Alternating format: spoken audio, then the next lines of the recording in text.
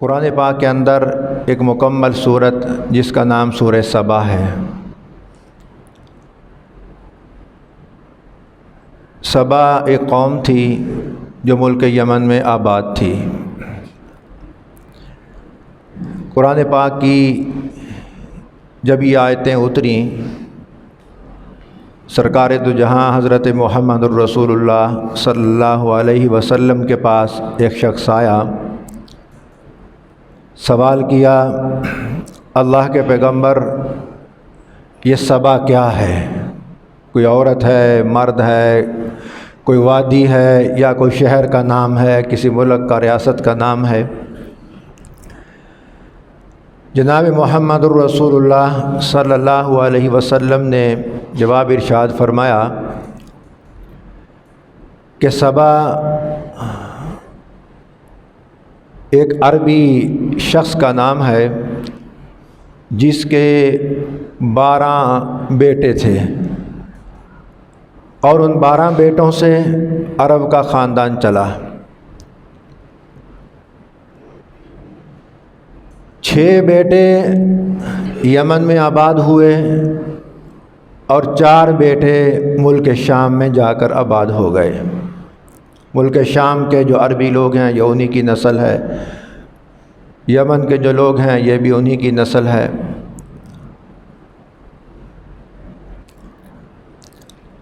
اللہ نے ان لوگوں کو بڑی نعمتوں سے نوازا۔ جس علاقے اور خطے میں یہ رہا کرتے تھے، وہاں 2 پہاڑوں کے درمیان ایک چھوٹی سی بستی، اور بستی کے کناروں پر بہترین قسم کے سرسبز شاداب باغات، اور ہر قسم کا وہاں پھل موجود تھا۔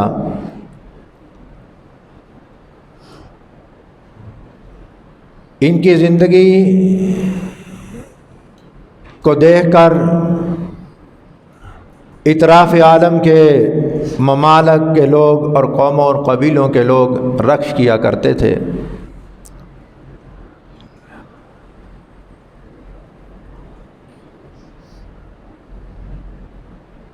ان کی تدبیر اور سیاست ارد گرد کے قبائل میں ایک مسلم مانی جاتی تھی۔ ان کی اس بستی کے 10 دن کے فاصلے پر ایک پانی کا تالاب تھا، سمندر تھا۔ جب بھی بارشیں ہوا کرتی تھیں تو بارشوں کا پانی اس طرح آتا اور ان کی بستیوں میں داخل ہو جایا کرتا تھا۔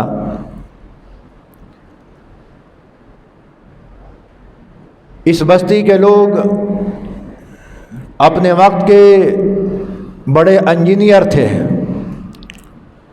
تدبیر اور سیاست میں ان کا کوئی ثانی نہ تھا۔ انہوں نے قبائل کے بڑے بڑے سرداروں کو اکٹھا کیا اور مشورہ کیا کہ یہ جو بارشوں کے ایام میں سمندر کا پانی ابل کر سیلاب کی صورت میں ہماری بستیوں کے اندر داخل ہوتا ہے، اس کو کیسے محفوظ کیا جائے اور کیسے اس کو کارآمد بنایا جائے۔ چنانچہ ان لوگوں نے بستی کے باہر 2 پہاڑوں کے درمیان بڑی بڑی دیواروں کے بند باندھ کر اس سیلاب کے پانی کو محفوظ کیا، گویا کہ وہ اپنے زمانے کا ایک بہت بڑا ڈیم تھا، اور اس پانی کو وہ اپنی کھیتوں اور باغات کو سیراب کرنے کے لیے ندی نالوں کے ذریعے استعمال کیا کرتے تھے،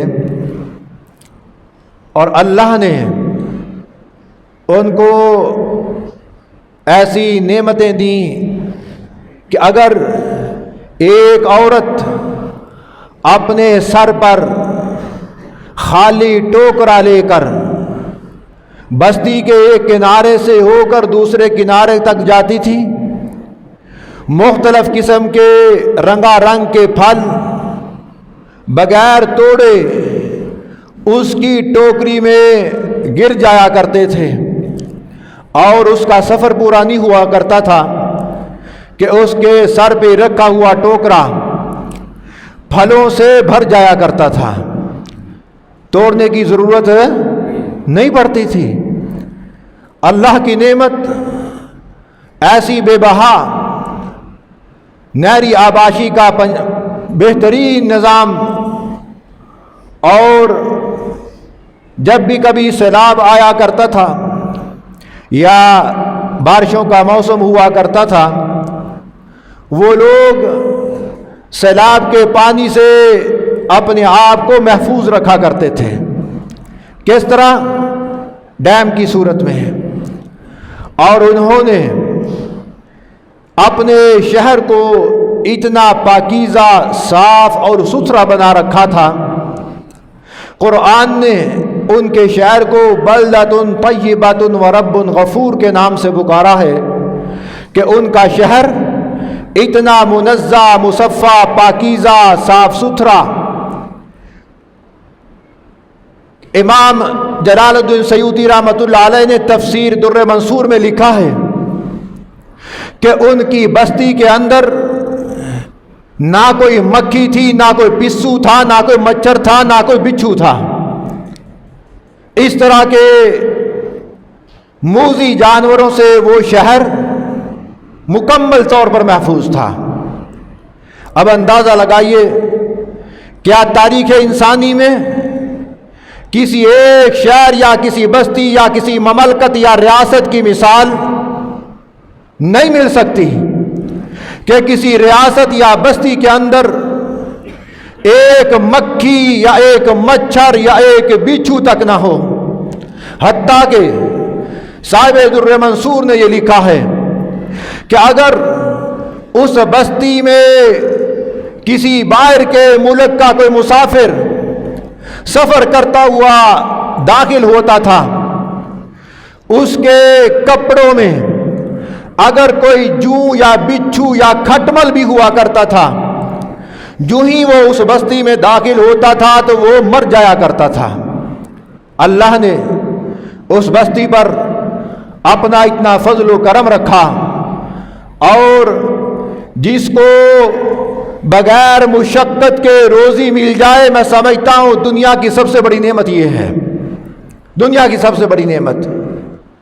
اور جب وہ ناشکرے ہوئے، وقت کے پیغمبروں کی تعلیم کو انہوں نے فراموش کیا اور بے دینی اور بد دینی کی راہ لی، اللہ کی ناشکری کی۔ والد گرامی رحمت اللہ علیہ کہا کرتے تھے، جب پیٹ میں پڑی تو دور کی سوجی۔ ان کے پیٹ میں بغیر مشقت اور محنت اور جد و جہد کے جو رزق جاتا تھا، اس کی وجہ سے ان کا تکبر ان کی بستی کے پہاڑوں سے بھی اوپر سطح تک پہنچ چکا تھا، اور ان کی حالت یہ تھی کہ یہ وقتاً فوقتاً اللہ کی ناشکری کا اپنی زبان سے اظہار کیا کرتے تھے۔ یہ عالم تھا ان کا۔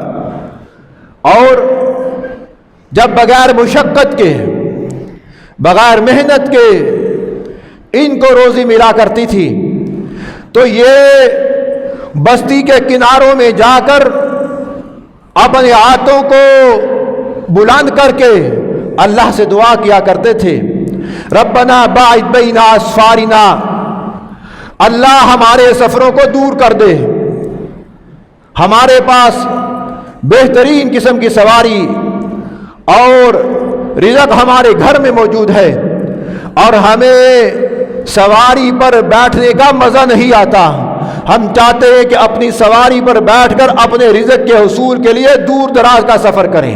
یہ کتنی بدبختی کی بات ہے بھائی خالد صاحب، کتنی بدبختی کی بات ہے کہ ایک شخص کو اپنے گھر کے اندر رزق مل رہا ہے، روزی میسر ہے، پانی کے لیے کسی ٹویل والے کی منت نہیں کرنی پڑتی، ڈائم بنا رکھے ہیں اور بڑی سہولت کے ساتھ وہ اپنی کھیتی باڑی کر رہے ہیں، اور تجارت کے لیے ان کو کہیں جانا نہیں پڑا کرتا تھا۔ باہر کے لوگ دور دراز کا سفر کرنے کے بعد یمن میں آیا کرتے تھے اور یہاں سے ان سے پھل باغات کے جتنے بھی ہوا کرتے تھے، جو اناج ہوا کرتا تھا، یہ خرید کر کوئی بھی ملک شام میں لے جا رہا ہے، کوئی کسی جگہ جا رہا ہے، کوئی روم میں جا رہا ہے، اور ان کو اپنی چیزیں کسی ملک میں لے جا کر بیچنے کی ضرورت نہیں پڑتی تھی۔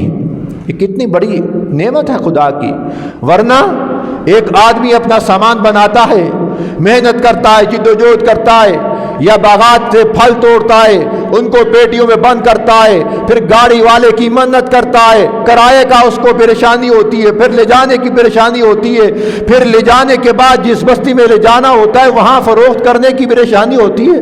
یہ ساری مشقتوں سے وہ لوگ بالکل پاک تھے۔ رب العالمین نے ان پر ایسی رحمت فرمائی کہ دور دراز کے لوگ، بڑے بڑے تاجر ان کے بستی میں آ کر ان کا پھل خرید لیا کرتے تھے، اور ان کو اپنے رزق کے لیے، تجارت کے لیے سفر نہیں کرنا پڑتا تھا۔ اور اسی وجہ سے جب ان کو ہر چیز گھر میں ملی اور ناشکری کا اظہار کیا، رب العالمین فرماتا ہے لَقَدْ كَانَ لِسَبَإٍ فِي مَسْكَنِهِمْ آیَةٌ، یہ سبا کے لوگ، ان کی بستیوں میں رہنے کے لیے تمہارے پاس بڑی بڑی نشانیاں موجود ہیں۔ آگے فرمایا جنتان عن الیمین والشمال، ان کے بستی میں داخل ہوتے وقت جو بڑا موٹر وے جایا کرتا تھا، اس کے دائیں بھی باغ اور بائیں بھی باغات ہوا کرتے تھے، اور لوگ بے شمار روایتیں ہیں، عورتوں کا ذکر آتا ہے، مردوں کا ذکر آتا ہے، اور رات کو کبھی کبھار ایسا ہوا کرتا تھا کہ رات کو کوئی مسافر اس بستی میں داخل ہوتا تو اس کے جانور کے ساتھ جو ڈھکی ہوا کرتی تھی، پھل پک پک کے اس میں جو گرا کرتے تھے، ابھی وہ بستی میں پورا داخل نہیں ہوا کرتا تھا، اس کی جو گاڑی ہوتی تھی وہ پھلوں سے بھر جایا کرتی تھی۔ آج کبھی ایسا کوئی منظر دیکھا ہے؟ یہ تو سوال ہی نہیں پیدا ہوتا۔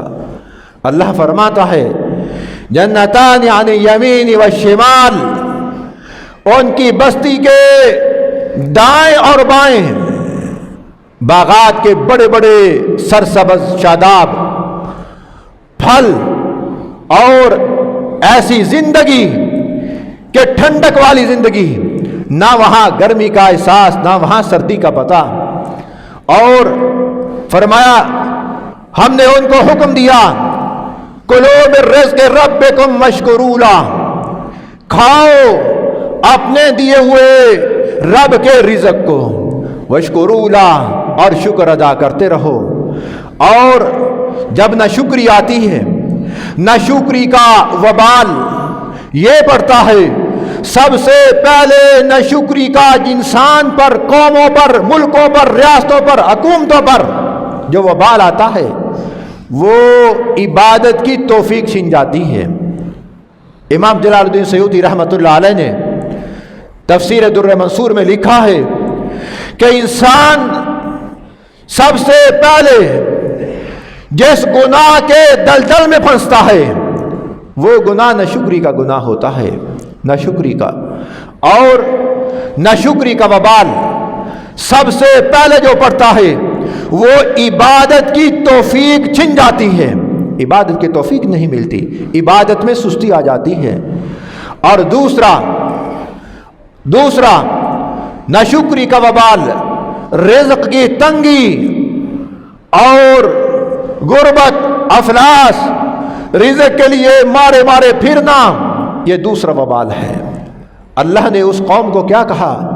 کلو من رزق ربکم مشکورا، اپنے رب کے دیے ہوئے، یہاں کو یہ خیال نہ کرے کہ ہم کھیتی باڑی اگاتے ہیں اور ہمیں رزق ملتا ہے، نہ کوئی فیکٹری والا یہ خیال کرے کہ ہم فیکٹری چلاتے ہیں تو اس لیے رزق ملتا ہے۔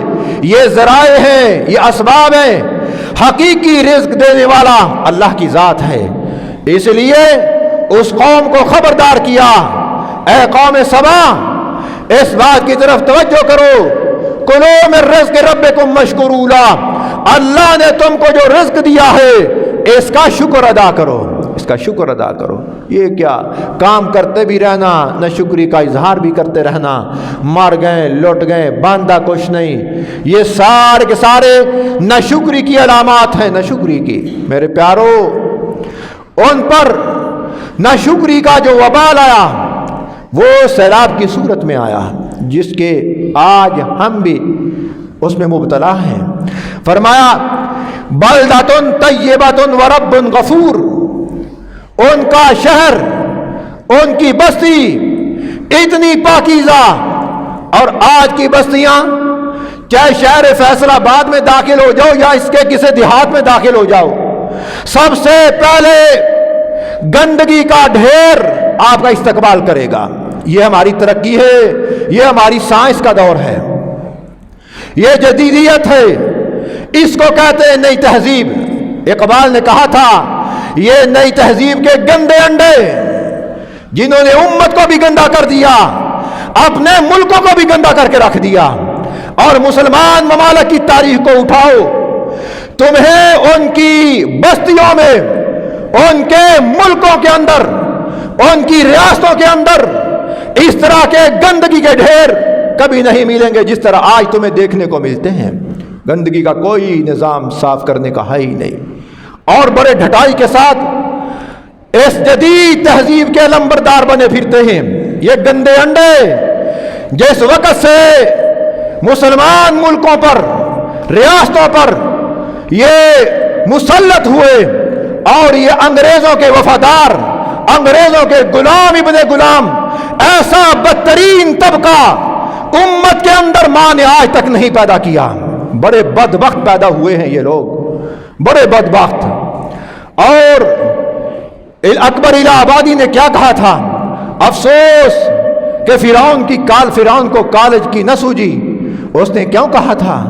جب یہ پڑھ کر آئے، انہوں نے غیر مسلموں کے طریقوں کو اپنا کر مسلمانوں پر وہ گندی تہذیب مسلط کی، اور اس تہذیب کا نام انہوں نے ترقی یافتہ دور قرار دیا۔ ترقی یافتہ کیا کہتے ہیں؟ بڑا ترقی یافتہ دور۔ ماں نے کبھی ایسے لال جمے ہی نہیں لوگوں کو ترقی دینے والے۔ اور قرآن کیا کہتا ہے؟ یہ آج کی بات نہیں، یہ ہزاروں سال پہلے کی بات ہے کہ اس قوم کے بارے میں بتا دیا کہ جدید تحریک کے لمبرداروں، اپنے ناک کو زمین پر رگڑ جاؤ، تمہارے لیے یہ بہتر ہے۔ اور اس قوم کے ملکوں کو، ریاستوں کو، ان کے انداز حکومتوں کو دیکھو۔ قرآن نے جس کے بارے میں کہا بلدۃ طیبۃ ورب غفور، کہ ان کی بستیاں انتہائی پاکیزہ، مصفہ، منزہ، کہ ان کی بستیوں میں ایک گندی مکھی تک کا وجود نہیں ہے۔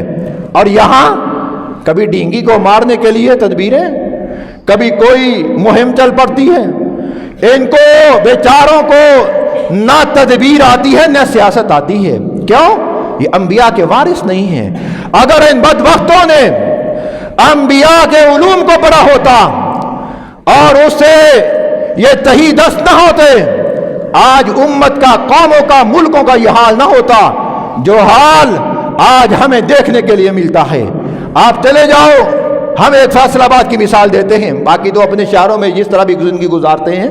آپ لاہور چلے جاؤ، لاہور سے آپ جی ڈی روڈ کے راستے فیصل آباد میں داخل ہو جاؤ، سب سے پہلے فیصل آباد میں داخل ہونے سے وقت پہلے آپ کے استقبال کے لیے گندگی کے بڑے بڑے ڈھیر، گندگی کے بڑے بڑے ڈھیر۔